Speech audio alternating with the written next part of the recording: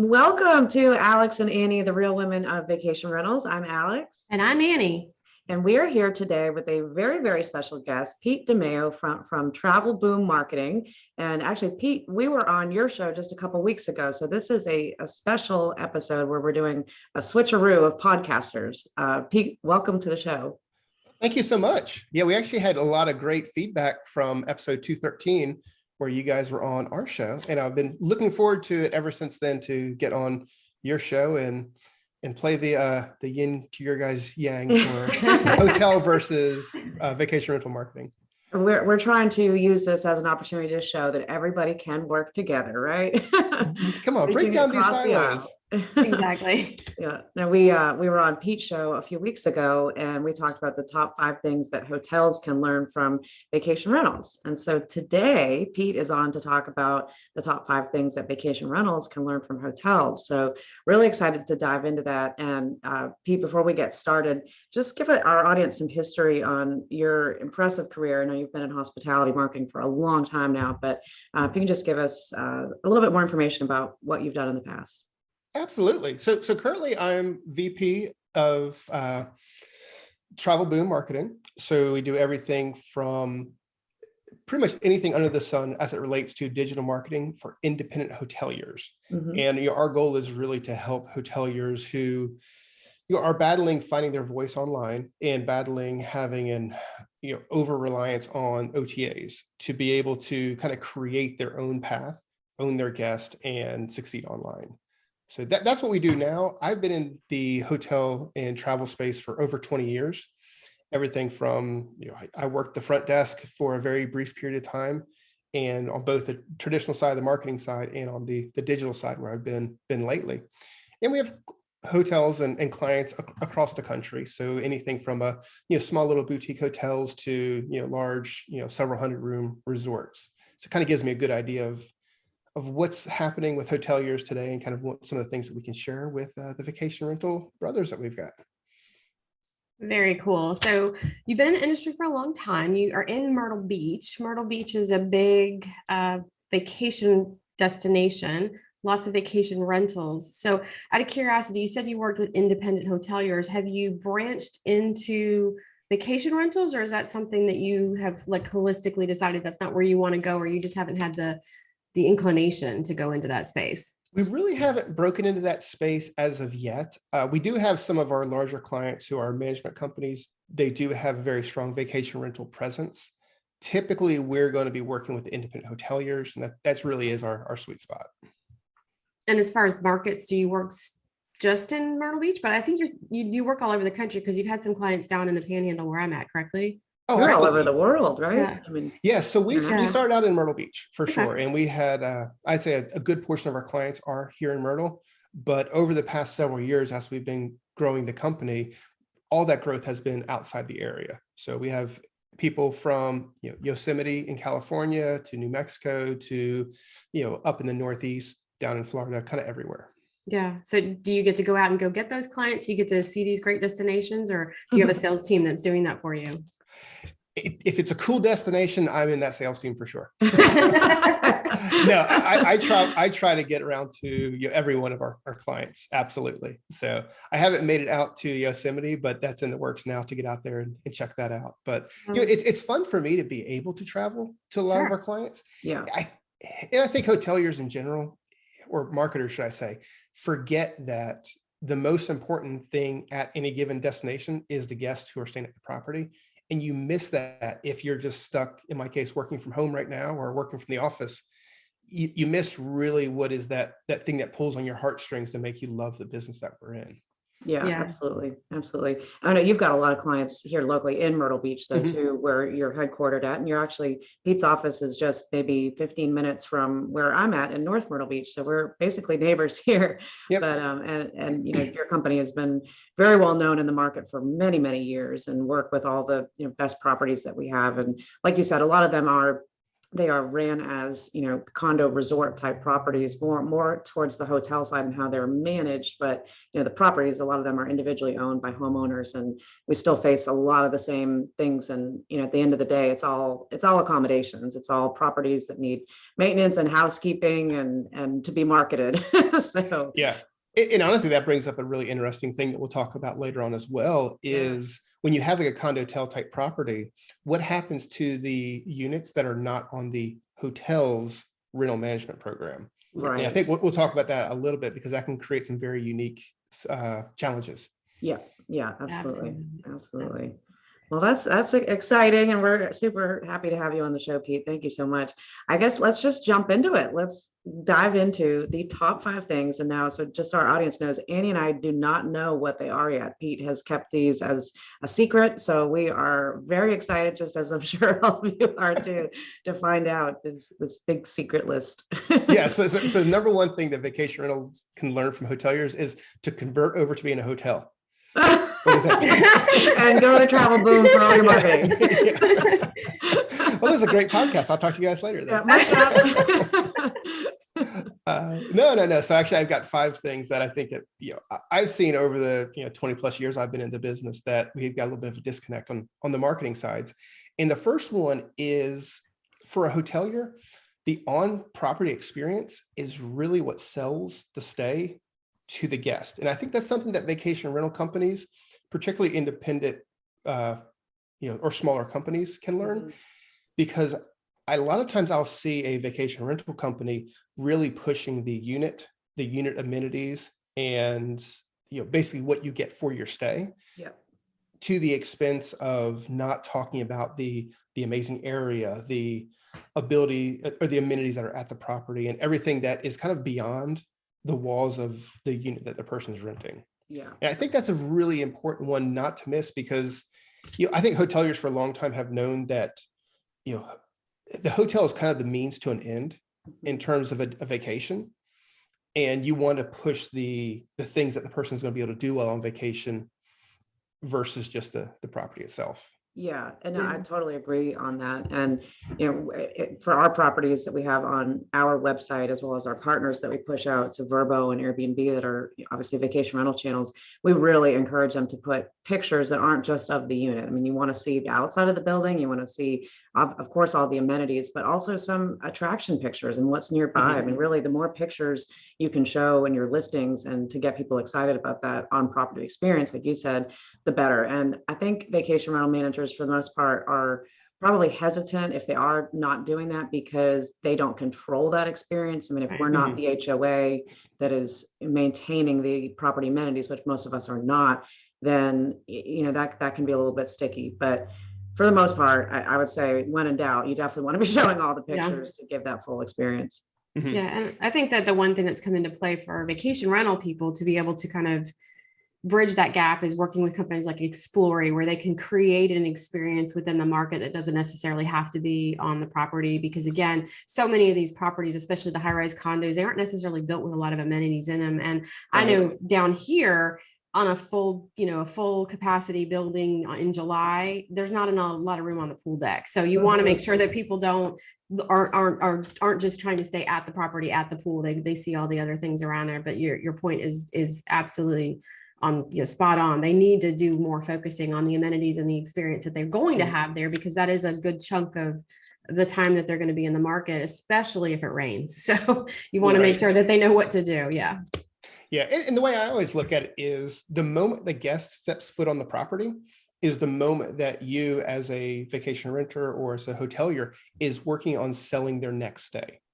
Yeah. So, it's a very long sales cycle. When you think about an annual vacation, you want to make sure that when they're actually there in person, face to face, you put your best foot forward. So from a hotelier perspective, you have the front desk staff, you have housekeeping staff and whatnot that can help create that experience. Vacation rentals, I think, need to find a way to become that innkeeper to the guests who's staying there, and create those little surprise and delight experiences. Right. If it's, on check-in, there's something special waiting for them in the room, to make it more valuable that they chose the independent room versus just going through a massive hotel. Yeah, absolutely. especially with the rise of technology now, that you don't even need to go to check in at an office. In most cases with vacation rental companies, that you can just go right to the room with, the electronic locks. That, it's great for convenience for the guests, but on the other hand, it does take away that experience of actually meeting the people from the company and having that. So that's definitely something to be mindful of how you create that experience, pre and post stay. And I think, in the pre part, phone call reservations are still a large part of all of our businesses as vacation rentals. I think phone is still like 55% of our revenue. Or no, I'm sorry, opposite, it's 45% of revenue. Online is 55, but still, that's a big chunk. So that experience that your phone call agents make over the phone in the booking process is very important. Yeah. Perfect. Okay, well, so drop number 2 on us. Let's see where we go now. So number 2 is maximizing your email and your owned assets. Again, I think, hoteliers, because in past they may have had a slightly larger budget compared to a very small rental management company. And honestly, I could probably say the same thing for a very small hotel. But look at the channels, such as obviously social channels, Facebook, Instagram, TikTok, and others, but your email communications as well. What are you doing to make sure you are really making the most of the assets you're able to develop to reach out and connect directly with your guests? So I think, from our perspective, from a hotelier's perspective, that's so important, because that is what you can do to make sure that you're minimizing the reliance on OTAs and third parties. But I think from a vacation renter's perspective, it's also the thing that lets you continue to create the, I guess, ambiance of a amazing vacation. Right. Yeah. Be in front of them on social, via email. Yeah. On the phone specifically, whatever it takes to keep yourself top of mind to that customer. Yeah, absolutely. I mean, one of the challenges that we have, whether it's vacation rental or hotel, is getting that guest information if they book on a channel, depending on the channel. What strategies or what do you recommend to your clients for how they can make sure that they get that guest information? And when they get it, what's the next step? What do you tell them to do with it? So this is tricky, particularly if you don't have somebody on property. From a hotelier's perspective, just about everybody that we work with requires that the front desk staff update that folio with the proper email address. Yeah. Now, from a Airbnb or VRBO or Vrbo perspective, making sure that you have the ability to collect that data as well. A great way, you may not be able to get it for their current stay, but having a comment card, having a printed sign up at the property, or simply when you're communicating with that guest, make sure that you're extending the opportunity for them to have your personal phone number, have your email addresses and whatnot. I know the Airbnb, Vrbo and whatnot, they're pretty strict on keeping their data as well, like all the OTAs are. Yeah. But think about how organically you can move that guest from their customer to your customer. Right. Absolutely. I think there's some workarounds. I know with our partners at Lexicon, we, since we're a channel manager, we do work with all the different channels, and we do the front loading of all their properties and make sure their content is curated. And one of the parts of the components of our onboarding process is to actually set up automated communications through the OTAs. So it's like, when they get a booking, they get a notice that, thank you for booking with this property, and it gives them the information. And then there's another one that'll go out, in different increments, say 30 days out, 7 days out, with different information. But it's touch points that are going from the OTA, which they trust, that they booked with, but the information that they're getting is about the property or the property manager. So they can they start to get comfortable with that relationship, so that when they do arrive, they know that they may have booked through an OTA, but they've got somebody that's kind of boots on the ground with them to be there to greet them and take care of them. And we've noticed the more properties that we do that with, the more capable, or the better the communication, ease of communication becomes, because the guest gets used to that communication through the process before arrival. And then they're not as put off when the property says, well, hey, let me get your email for future, because they've already been communicating with them. It's just kind of on a masked process. Right. Absolutely. Yeah. When our guests check in, if it's a OTA booking, we have a little printout in their check-in envelope that has, it basically tells them the reasons to book direct, and tells them if they rebook for next year with us before they leave, they get a 10% discount. So that works really well. That's driven a lot of people to, I think, just to think twice. I mean, most people, the general public doesn't know what book direct means. All of us throw that term around all the time, but the general public doesn't know what that means. But I mean, they're already doing it by going and searching for other options when they see how much a booking fee is on Airbnb, for example. But at the same time, I think it's important not to overlook, explaining to guests in a simple to understand way, what that benefit is. And I think one thing, oh, I'm sorry. No, go ahead.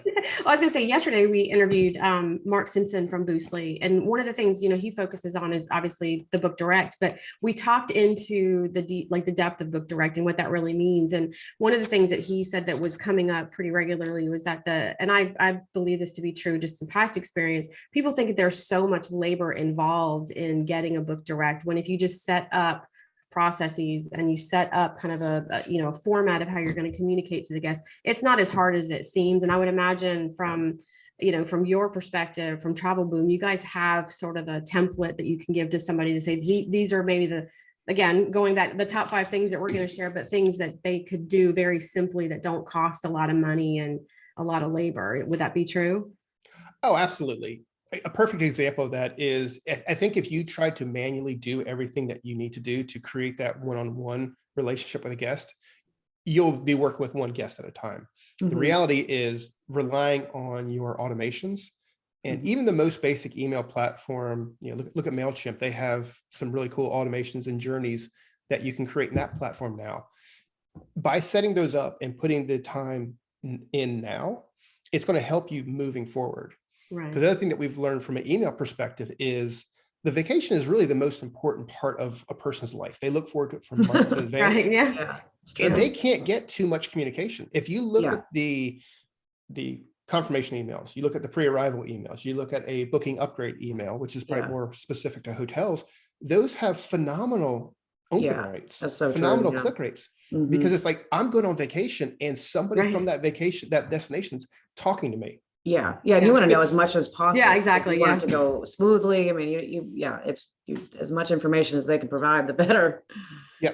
And like little things, like if you had a integration with your weather app where you could send out an email a couple of days beforehand saying, hey, here's what the weather's looking like, get ready for a great vacation. Those are the things that are so important, because you're creating that relationship. Then after that person has stayed and you reach out to them for your reviews and your booking anniversary messages, they're already trained to be welcoming to your messages and open them. Right. Absolutely. So, I'd love to see a product, an in-room type product that allows us to get more email addresses too from other people in the party, because that's a big thing for vacation rentals. With our condos most of them are 3+ bedrooms. So you could have 10, 12, 14 people in a condo, but you only have the contact information for the person who booked it. And we were just at a conference recently, and one of the people I was sitting with said, it does become a problem, because me and my wife just went on this vacation. We were 3 other couples, and the other couple's wife, she was the only one that her email address was on file, and she got all the information about when trash goes out and all these different things. And then she ended up leaving early, so none of them had any of that information handy. So it's like, okay, that would be great for everybody to have that, but not only to improve the value or the quality of the stay that they're currently in, but then now to remarket to all those people the next time, because they're not always going to book. That one person that booked isn't always going to be the one that's making reservations for them. But we talked to Annie Guestview guy. I don't know, I've told you a little bit about them when I was at GNX, was talking to them about it. And, that's, I think, having something in the room that allowed us to capture that. If maybe even you make it like a gamified type thing to get everybody in the party to put in their email address to get a coupon or something like that. I think there's a lot of potential there, and that would help hotels or vacation rentals. That could be done in either segment. Yeah, I mean, we battle this all the time. Oh, I'm sorry, we battle this all the time on the golf side, where you have a golf package and you end up with 8, 12, 16 plus people on a single booking. Yeah. How do you say, okay, these 16 people that are coming down here on a golf vacation, well, that's 16 vacations that they're probably also going to take with their families. Exactly. How do I get a hold of those people? And it's tough. Yeah. I think isn't StayFi the company that does that, where you can actually capture, because everybody that logs into the Wi-Fi, they have to give their email address. And I think so. They allow I think certain Wi-Fi's only allow like 4 people to log in or whatever, 4 users, but everyone has to log in. So they do that. So I would say StayFi would be a good option for that. Yeah, yeah, that's but true. Yeah, That's true. perfect. Okay. Awesome. Well, what's number 3, Pete? So, and I was telling Annie before we were recording, I had 4 really great ones and one that's and this is, so get ready. This is the But it if kinda- you squeeze it in the middle, it will be able to tell. that's what I was doing. Yeah. Perfect. Yeah, and I kind of split out number 2, which was maximize your email assets. Number 3, I would say, is really own that guest remarketing and re-engagement strategies. And we've pretty much talked about this a lot in terms of email collection on property and whatnot. But think about how you're engaging your guest after the stay. Yeah. Hotels, or at least savvy hoteliers, I think do this pretty well. Some of the great ways are, a paid retargeting campaign through social or just a PPC type campaign is really helpful to do. And that's why you want to get that email address. But the other thing that we found is super helpful that I really haven't seen a lot of people use is what I call a guest or a stay anniversary message. Yeah, I was just thinking about that. Yeah, and it's crazy. So if you send an email that triggers 30 days prior to the guest previous booking, or not 30 days prior to the year of their When they previous book, booking. yeah. Anniversary, yeah. Yeah. So what that will do is that gets in front of them before their traditional planning and booking cycle and puts you back front and center. They're already probably pre-primed to be thinking about a vacation. And if you are being proactive in re-engaging your guest, you're much, much more likely to get that repeat booking. Yeah. And that's such an easy one to automate that is very personalized too. So, I mean, that's like a set it and forget it kind of email. Yeah, that's true. Right. Yeah. And it's one of those ones where it's a rare time where everything that guest enjoys. That they're traveling with a family, that they enjoy a specific unit type, all this great stuff that about that vacationer's previous stay that you can integrate through the personalization levels. Yeah. And then lastly, I would say that a part of that process is making sure that re-engagement is about asking for reviews. Getting those reviews on particularly Google from a vacation rental perspective that's the holy grail. If you can increase the velocity of those reviews, that's going to help search rankings, that's going to help awareness, that's going to help everything that you do from a marketing perspective. Yeah, absolutely. I think Alex and I have focused on that for our podcast. We're so used to telling partners to make sure they ask for reviews that we do that for our podcast. So we're taking all these marketing tips and utilizing it for podcasting. Yeah, exactly. Anyone that works, it worked well. So what's number 4 then? All right. So number 4 is, and this one's near and dear to me, reduce booking engine abandonment through transparent pricing. So, and I've seen this one specifically on the hotel side as well, where a hotelier increased their cleaning fees to cover, obviously employment is a major thing in our world right now. And they jacked up their cleaning fees, the resort fees and whatnot. And what ended up happening is you see a rate that you're going to be staying, that you're going to be booking for.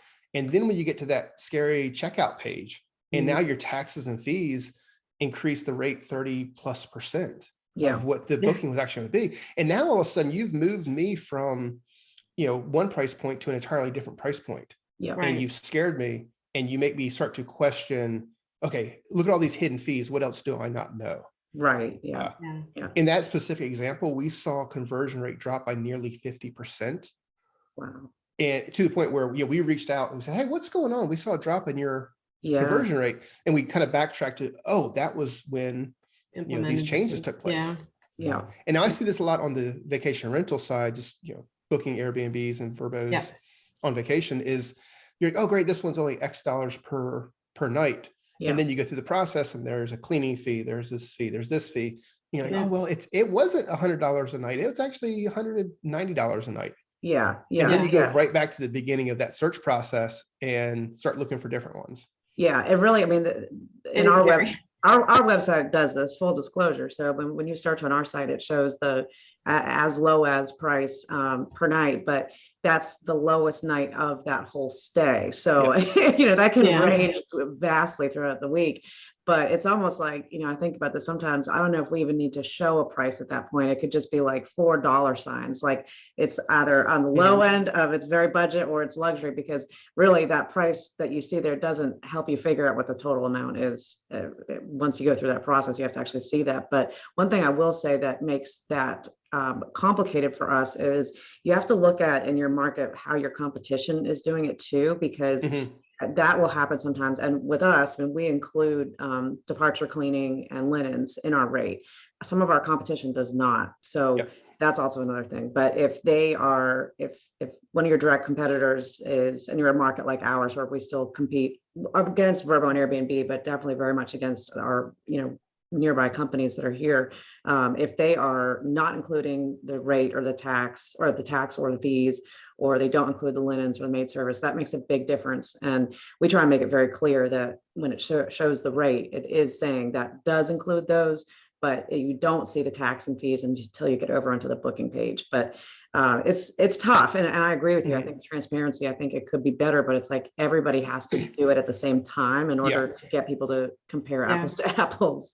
Yeah. And in the case that we were looking at this was an outlier in the market. And we saw the conversion rates for other properties and the ADR for other properties. It's still matched, so you're paying about the same per night. It's just how the money was applied to that booking process. Right.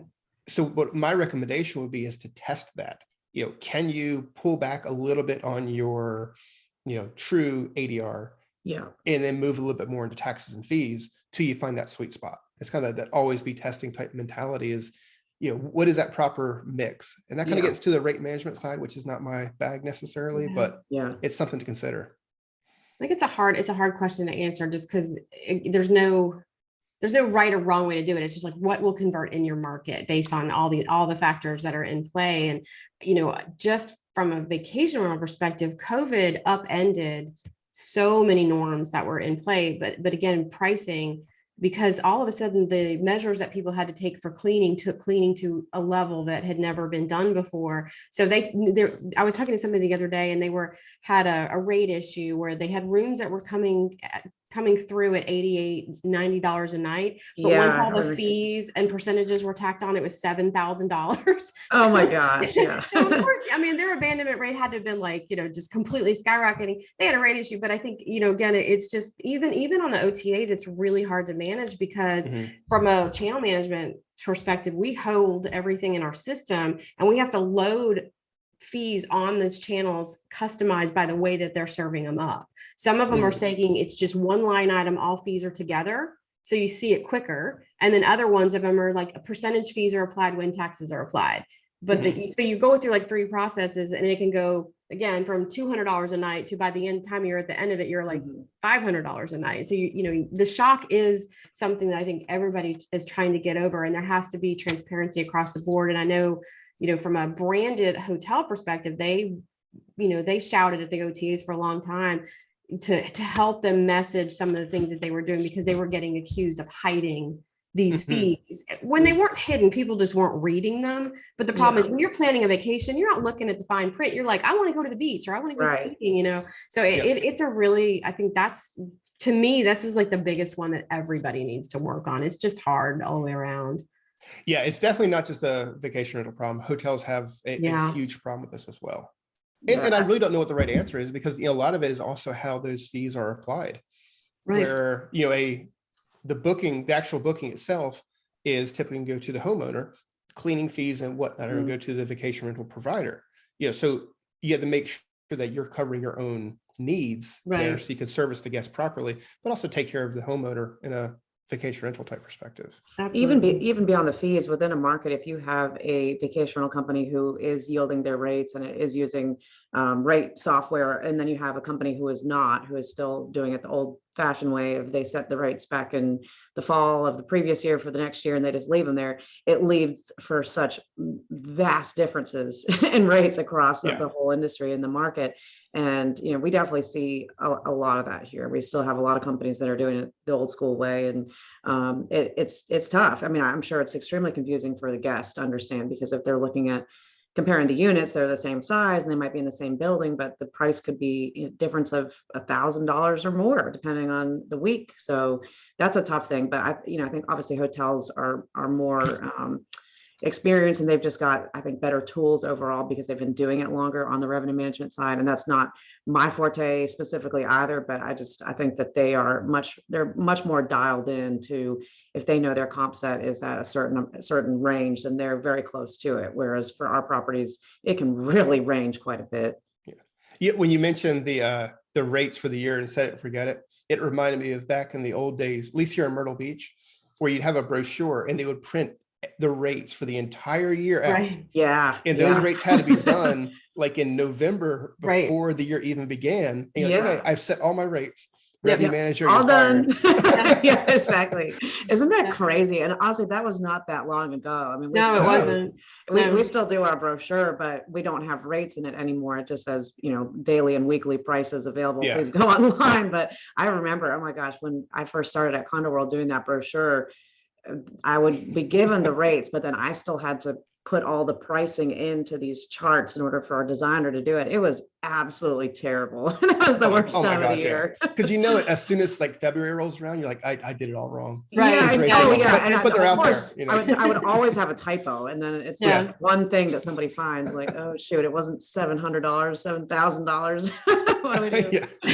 I've worked with managers that they do that. And actually one of the ones I can think of is actually from Myrtle Beach. And when we started working with her at Lexicon, she was like, oh no, we set our rates and they're done for the season. I'm like, well, it's January. Like, what happens if you have a storm? And she's like, well, that's just the way it is. And so she was like, I need somebody to help with revenue management. I was like, well, what are you managing if you're not going to change your rates? Exactly. And she's like, well, I just need to know that, if we're going too low or too high. So one of the pricing tools, and I don't remember who it was that talked to her. I want to say maybe it was Beyond Pricing, but it could have been Wheelhouse or whatever. Talked to her and she was like, they said, okay, well, you need to set, your floor rate, and then we will fluctuate from that. And she's like, well, my floor rate's in my brochure. That's the rate I have to get. And they're like, so do you want us to mark the rates up? And she's just like, no, I just want you to tell me if I'm wrong. And they're like, you're wrong. She got really insulted by that. Like, what do you mean I'm wrong? How could I be wrong? And they're like, this is 2020. You really need to think about this. So I think, again, there are people that they've always done everything, even on the hotel side. They've always done it, especially with these little smaller hotels that are family owned and family run. They've been doing it the same way for so long. And it's really more of that fear of the unknown, like what potential is out there, but are they feeling like if they change something, are they going to miss out? Are they losing what they have built up over time? So I imagine with independent hotels, just like with vacation rentals, there's a lot of coaching and hand holding and cajoling and humiliating that has to go through in the process. Yeah. That's funny. It's funny what you said there was kind of leads me right into number 5. Perfect. It's a perfect transition. It's spend time, money, and effort on your marketing. Oh yeah. I think definitely. Very small hoteliers, I think, already have this problem, and vacation rentals do as well. But if you're a smaller operation, you have to spend some time getting away from the day-to-day management. And spend some time thinking about your quarterly rates that you're going to set in January and ignore for 3 months. Maybe spend some time not ignoring that, and think about your marketing, think about your strategies, and put the pieces in place so that you can go back to your day-to-day management, but you're doing it in a much more optimized way.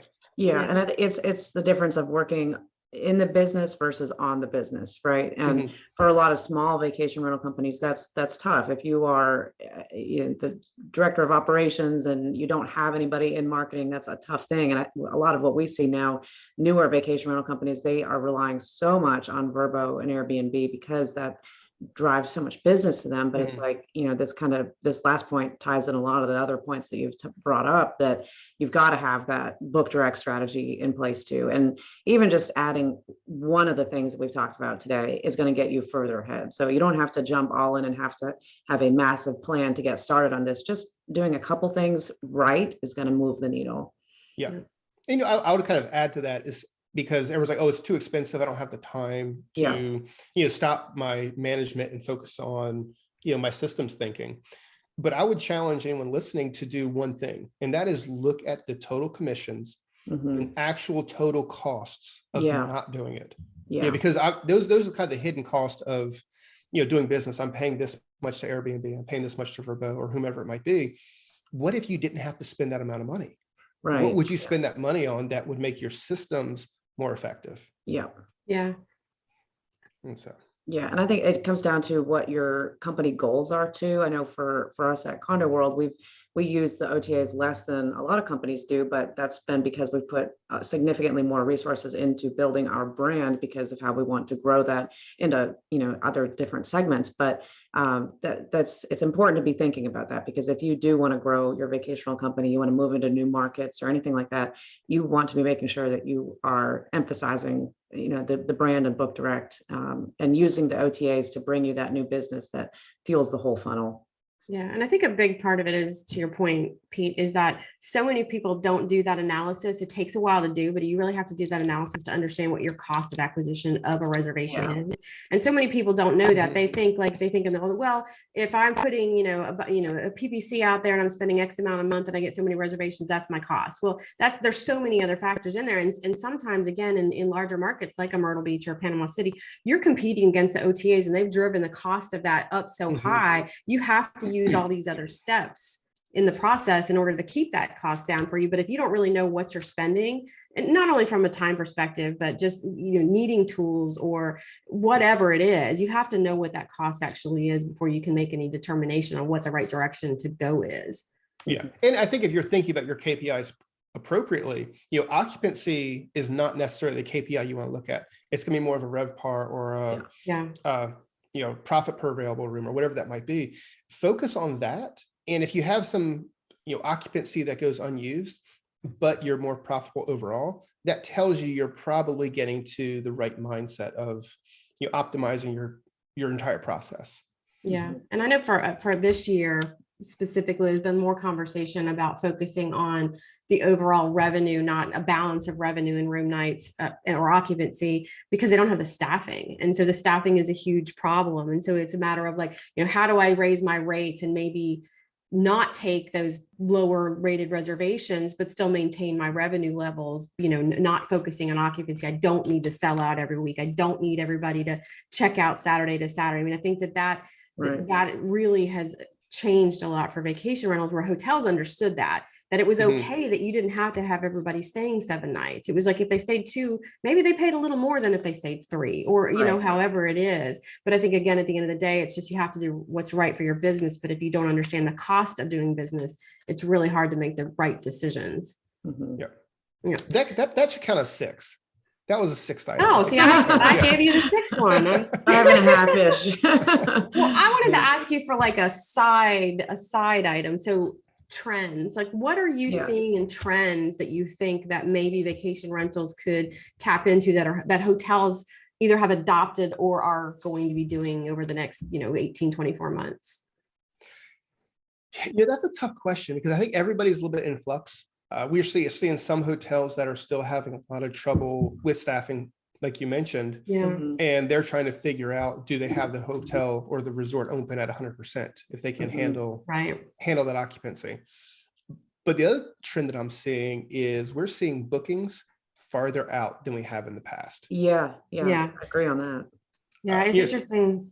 We were seeing that, and now with what's happened in the Ukraine and gas prices, specifically in the Southeast, because the gas prices in the Southeast always go crazy, but we've seen that booking window shrink back down again. So while we were seeing May, June, July reservations, that kind of it didn't shut off, but you definitely saw a slowdown within the last 7 days. So we're kind of back in the month for the month. I think that'll open up again when people start to feel like the situation over there is either coming to a resolution or going away completely. But we have seen a definite increase year over year, and definitely over the last couple of years. Yeah. And, I think that goes to the point of don't set your rates annually.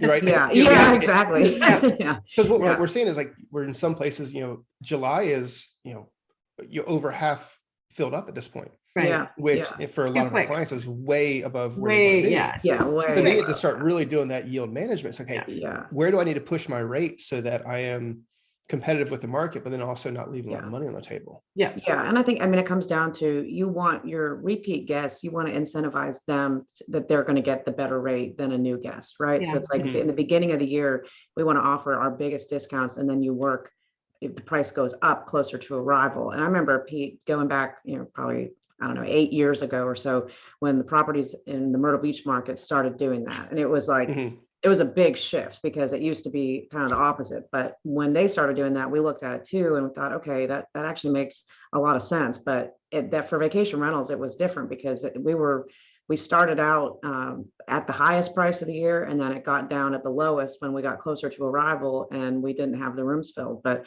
we've shifted things now, and I think from a revenue management perspective, vacation rentals has caught up quite a bit in that. But you want your previous guests that are loyal to you, you want them to get the best prices, and then just be mindful as you get closer to arrival how you can really optimize that rate.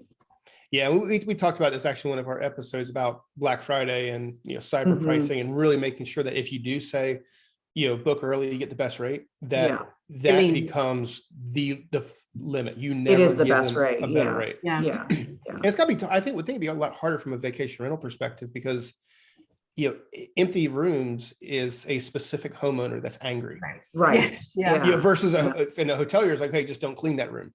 Right. Yeah. Yeah, exactly. And even on the properties that are vacation rentals, but they're ran like the resorts that you work with, the homeowner doesn't see their unit blocked off specifically in their owner's clause. I mean, I think they see an occupancy percentage for that room type for a date range, but they're not seeing specifically that if I have Crescent Shores 101, I can see as a Condo World owner that week is blocked off, and that it makes it complicated, but that's the complicated part of what our business is. Yeah. So, yeah, and they can see what they got for it last year too. So, I mean, there's a lot of transparency within what we do, which is good, but challenging. Yep. That's why they pay you guys the big bucks. Right. Yeah. Yeah, I don't know that's what that That's makes the arguable. least margins somehow. I don't know how Yeah. we got the short end of the stick here, but. Oh gosh.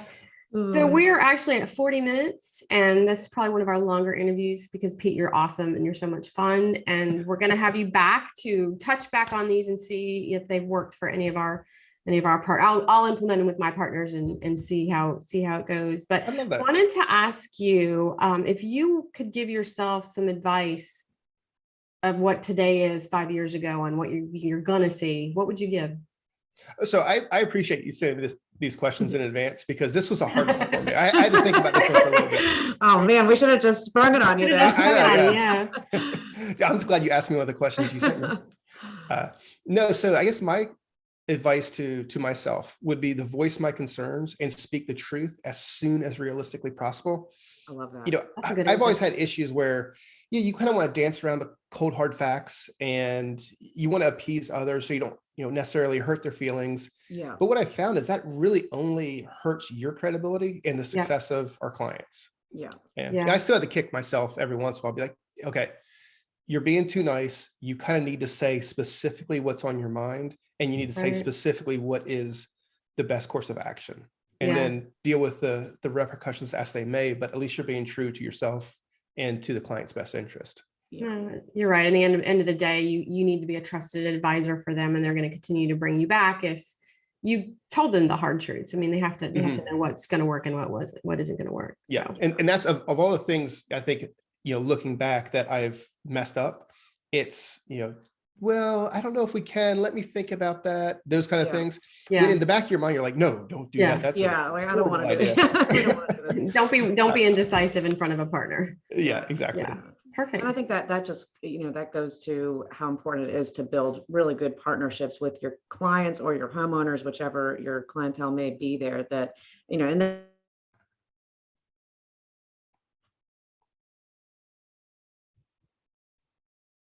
for myself personally with our resort partners, that I went through that as early salesperson too. And, you've just got to build up that confidence to know that sometimes you're going to make recommendations that they might not originally agree with, but if you feel like you're offering it for their best interest, then it's worth it to say it. If they don't take your advice, then oh well, but at least you did the right thing by trying to show them the way.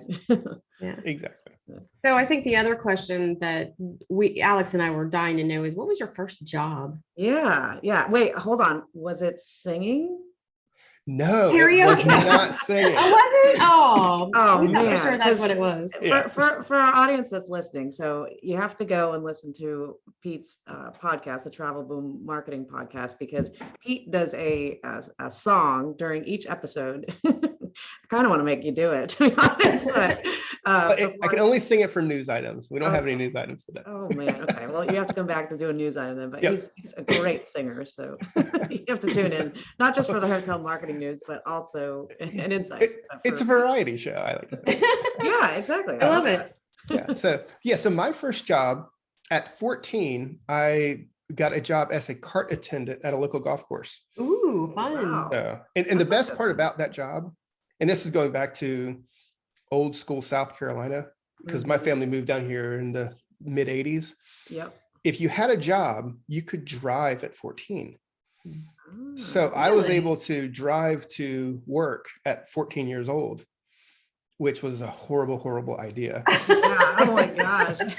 Especially now that I have kids that are older than that. I'm like, oh my gosh, I can't believe my parents would Right. let me drive. Yeah. Oh my That's gosh, really that's funny. insane. That's funny. My husband's family is all from South Carolina, and they talked about that. I didn't realize it was like that late in the 80s, because my husband and his brother were born in the 50s and 60s, but they were able to drive when they would go to their grandparents' house. They were able to do that. And I was like, your grandpa can't let you drive. And they were like, no, it's legal. I was just Yeah. like, I didn't realize it was. it was yeah. this was probably as 91. Oh, or so. wow. That, Oh, wow. Yeah. wow. Jeez. But Hmm. and we were kind of more out in the country. We literally had one of my sister's friends drive to her 6th grade party. Oh, wow. I think it was like 2 miles away. Oh my God. His dad said he can borrow his truck and drive down the road to the party. I was so short at that age, it would have been like this. You would Yeah, have been exactly. Oh my gosh. Oh. Well, Pete, we appreciate you being here so much, and this has been a very informative episode, and I love the style of this. I think we can have you back certainly to talk I love about it. more topics. You're just such a wealth of knowledge. But how can our audience get in touch with you if they want to learn more about you or what travel boom marketing can do? Yeah, sure thing. So they want to kind of keep up with me. They can check me out at Pete DiMaio, which is PETEDIMAIO on LinkedIn. They can also find us at travelboommarketing.com. It's also Travel Boom Marketing on LinkedIn as well. But either of those places is great. We love feedback. We love ideas. And we love helping hoteliers and vacation rental owners alike. And they can find the podcast on the website also, right? Yes. Yeah. So if you go to travelboommarketing.com/podcast, or just look for Hotel Marketing Podcast on Apple, iTunes, Google, Spotify, wherever you want to listen to podcasts, we're there and waiting to sing songs for you. Yeah. Awesome. Everybody will be so surprised when they go over there and happy that they did. Yeah. Well, if anybody wants to get in touch with Annie and I, you can go to alexandanniepodcast.com. And if you're enjoying listening to the show, we'd love to hear from you. If you can leave us a review on Apple Podcasts or whichever podcast service that you listen to, that would be amazing. And until the next time, we will see you soon. Thanks, everybody. Thanks. See ya.